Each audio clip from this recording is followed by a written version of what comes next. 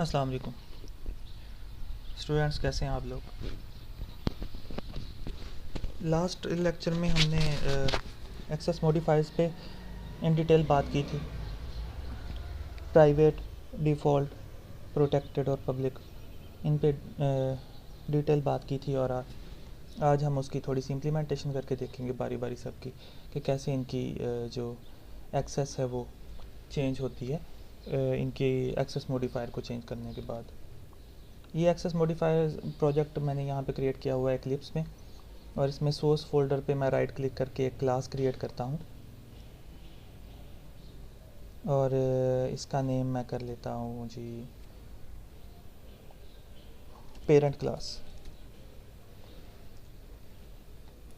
ये स्टूडेंट्स यहाँ पर आपने गौर किया है या नहीं पहले कि यहाँ पर एक जो फील्ड है वो पैकेज के लेबल से भी आ रहा है। ये जो है यहाँ पर जो भी आप पैकेजेस को देंगे वो इसका नेम हो जाएगा पैकेज का।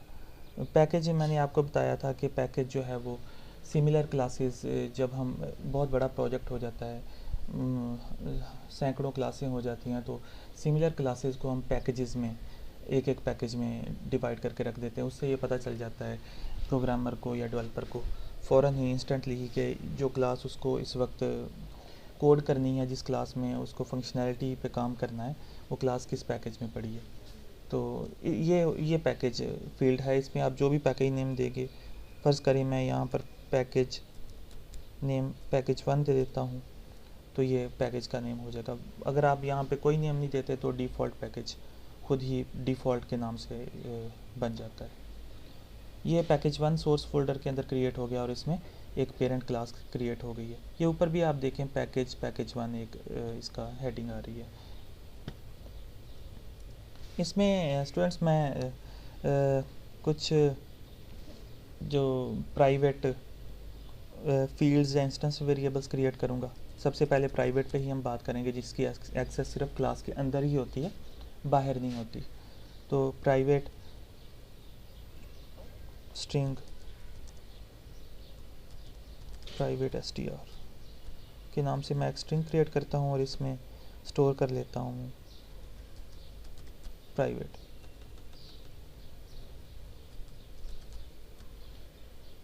लें जी, ये एक स्ट्रिंग क्रिएट की है मैंने इंस्टेंस वेरिएबल, जिसका नाम प्राइवेट str है ऑफ टाइप स्ट्रिंग, और ये इसके अंदर जो वैल्यू स्टोर है वो प्राइवेट है कैपिटल्स में।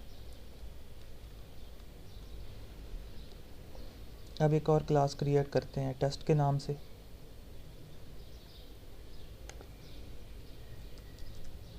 जो कि इसी पैकेज में होगी जी। ये पैकेज 1 में ही एक और क्लास क्रिएट होगी टेस्ट के नाम से। इसमें अब एक मेन मेथड क्रिएट कर लेते हैं।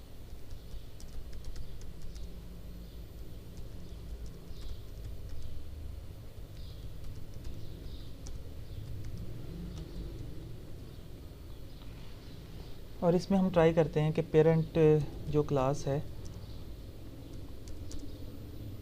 उसका ऑब्जेक्ट यूज़ करते हुए उसके जो प्राइवेट इंस्टेंस वेरिएबल है प्राइवेट str के नाम से उसको एक्सेस करें।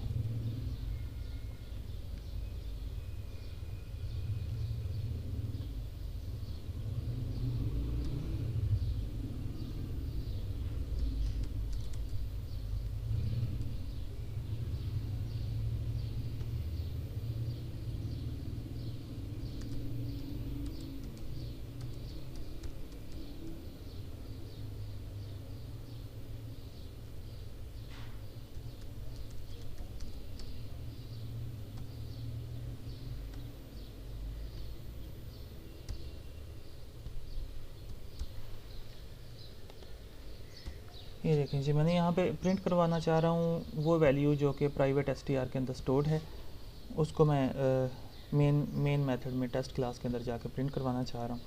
और मैंने उसका एक पेरेंट क्लास का एक ऑब्जेक्ट क्रिएट किया है p, और उससे मैं एक्सेस करना चाह रहा हूँ, लेकिन प्राइवेट होने की वजह से वो एक्सेस नहीं दे रहा। अगर इसके ऊपर होवर किया जाए माउस तो मैसेज आ रहा है the field parent dot private str is not visible. Not visible का मतलब वो प्राइवेट है, वो आउटसाइड द क्लास एक्सेसिबल नहीं है। नॉट विजिबल का ये मतलब है। जैसे ही मैं इसको किसी और में चेंज करता हूँ, मैं इसको डिफ़ॉल्ट कर देता हूँ, प्राइवेट डिलीट करेंगे तो डिफ़ॉल्ट हो जाएगा। ये कंट्रोल एस करके सेव किया तो ये एरर ख़त्म हो गया, ये अब एक्सेसिबल हो गया है।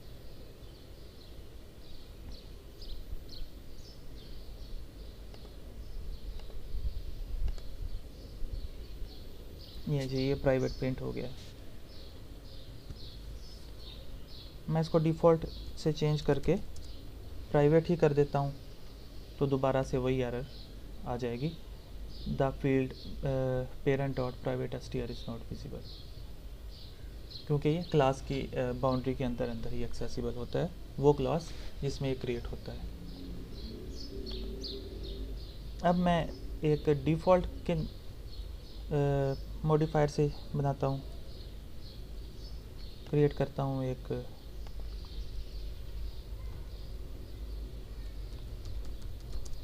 Instance variable.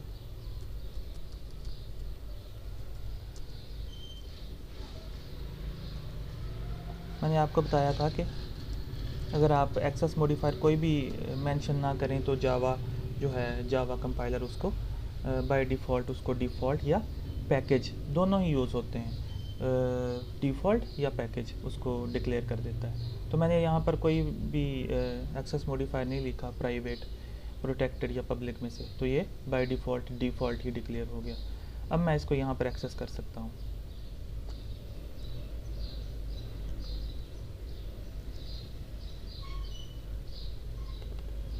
डिफ़ॉल्ट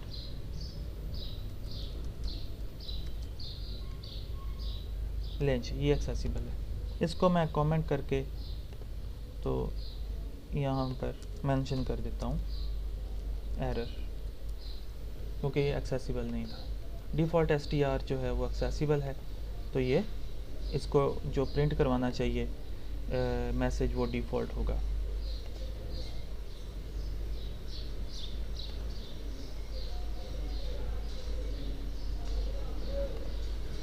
लें जी, इसने डिफ़ॉल्ट प्रिंट करवा दिया। ये अभी तक एक चीज़ ध्यान में रखें स्टूडेंट्स कि ये अभी तक हम जो बात कर रहे हैं वो विद इन पैकेज एक क्लास की बात कर रहे हैं जिसमें इनहेरिटेंस भी नहीं है। इससे थोड़ा आगे चलते हैं और हम बात करते हैं प्रोटेक्टेड की।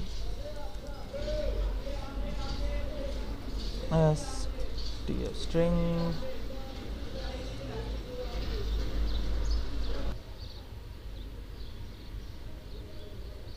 और मैं इसका इंस्टेंस वेरिएबल का नाम प्रोटेक्टेड str रख लेता हूँ और इसके अंदर वैल्यू जो स्टोर होगी वो प्रोटेक्टेड होगी। और इसको एक्सेस करके देखते हैं पहले कि ये सेम पैकेज में बगैर इनहेरिटेंस एक्सेसिबल है या नहीं।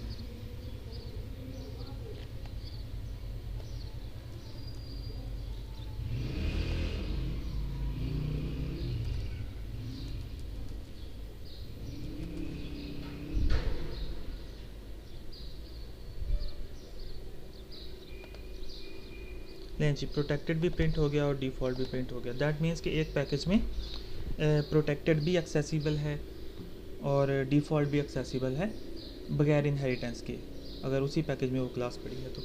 अब हम पब्लिक पे जाते हैं।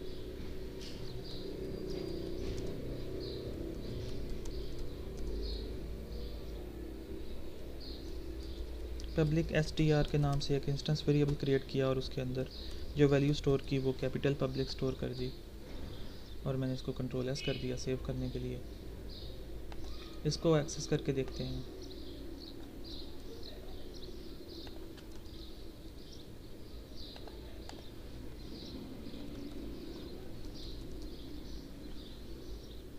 रन किया तो ये लें चाहिए पब्लिक भी प्रिंट हो गया, मतलब पब्लिक भी एक्सेसिबल है, प्रोटेक्टेड भी और डिफ़ॉल्ट भी। अब हम एक और पैकेज क्रिएट करते हैं पैकेज 2 के नाम से और उसमें ये चीज़ें एक्सेस करने की कोशिश करते हैं। न्यू क्रिएट न्यू किया वैसे ही जैसे हम क्लास क्रिएट करते हैं, राइट क्लिक न्यू पैकेज और उसको हम पैकेज 2 का नाम दे देते हैं। हम ये चेक करना चाह रहे हैं कि इनमें से कौन कौन सा दूसरे पैकेज में है जो वेरिएबल है वो इंस्टेंस वेरिएबल है वो एक्सेसिबल है। इसमें एक क्लास क्रिएट की test2 के नाम से, और इसमें हम एक फंक्शन क्रिएट करते हैं पब्लिक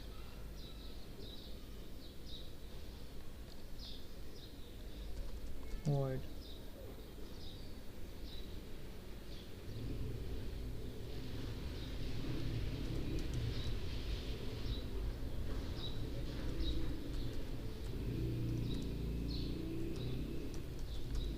print access modifiers। ये फंक्शन अब उनको एक्सेस करने की कोशिश करेगा। मैं बिल्कुल वैसे ही पेरेंट क्लास का पहले ऑब्जेक्ट क्रिएट करूँगा।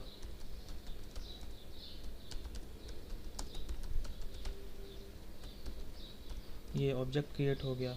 यहाँ पर अगर आप होवर करेंगे तो आपको एक पहली ऑप्शन आ जाएगी, इंपोर्ट पेरेंट पैकेज 1। आप इस पर क्लिक करेंगे तो ये पेरेंट पैकेज 1 डॉट पेरेंट को इंपोर्ट कर लेगा। ये लाजमी है इसको यूज़ करने के लिए पेरेंट क्लास को, इसके बगैर आप यूज़ नहीं कर सकते। आपको दोबारा से बता देता हूँ, मैं कंट्रोल Z कर रहा हूँ। मैंने यहाँ पर parent p is equal to new parent किया, क्योंकि स्टूडेंट्स ये पैकेज डिफरेंट है पैकेज 1 से। पेरेंट 1 जो क्लास है, पेरेंट जो क्लास है उसका पैकेज क्या है, पैकेज 1, और test2 जो क्लास अभी जिसमें हम इसको इनिशलाइज़ करना चाह रहे हैं, इस क्लास का ऑब्जेक्ट बनाना चाह रहे हैं, वो पैकेज 2 है। पैकेज डिफरेंस की वजह से हमें पेरेंट क्लास के पैकेज को इंक्लूड करना पड़ेगा।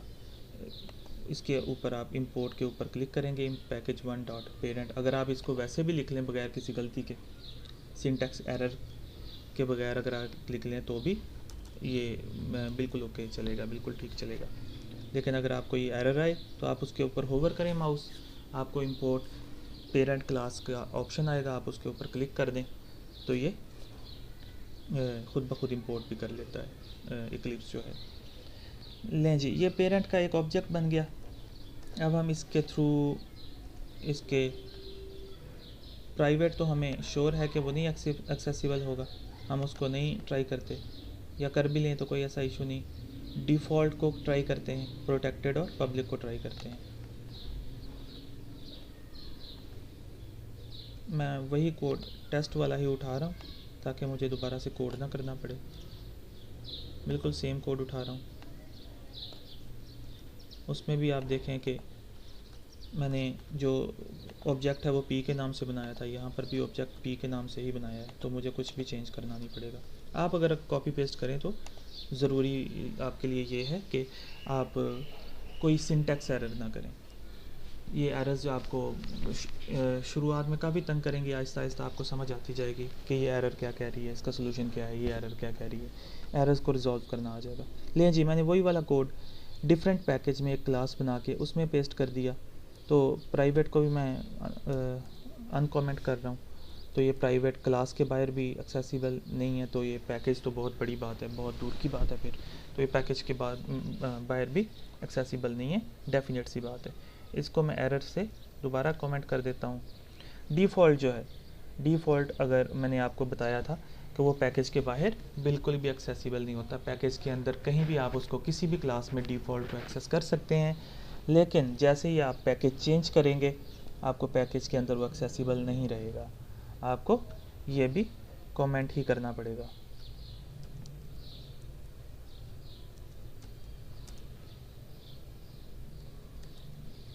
तीसरा प्रोटेक्टेड है।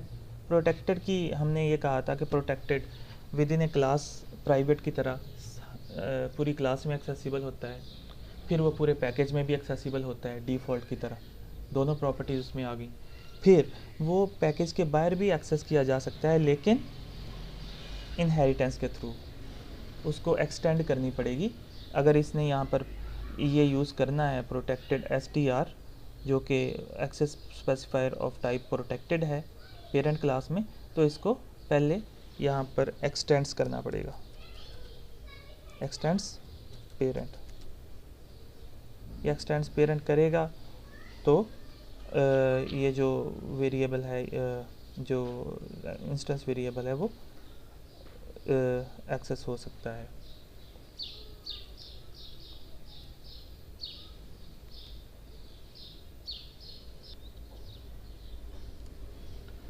जी स्टूडेंट्स, मैंने ये एक्सटेंड कर दी है test2 जो क्लास है वो पेरेंट क्लास से जब मैंने एक्सटेंड की है तो ये स्टिल इसमें एरर आ रहा है। अगर इसके ऊपर होवर किया जाए तो ये एक मैसेज दे रहा है the field parent dot protected str is not visible, जो कि ये बता रहा है कि पेरेंट क्लास का जो प्रोटेक्टेड str है वो इसको विजिबल नहीं है उस क्लास में।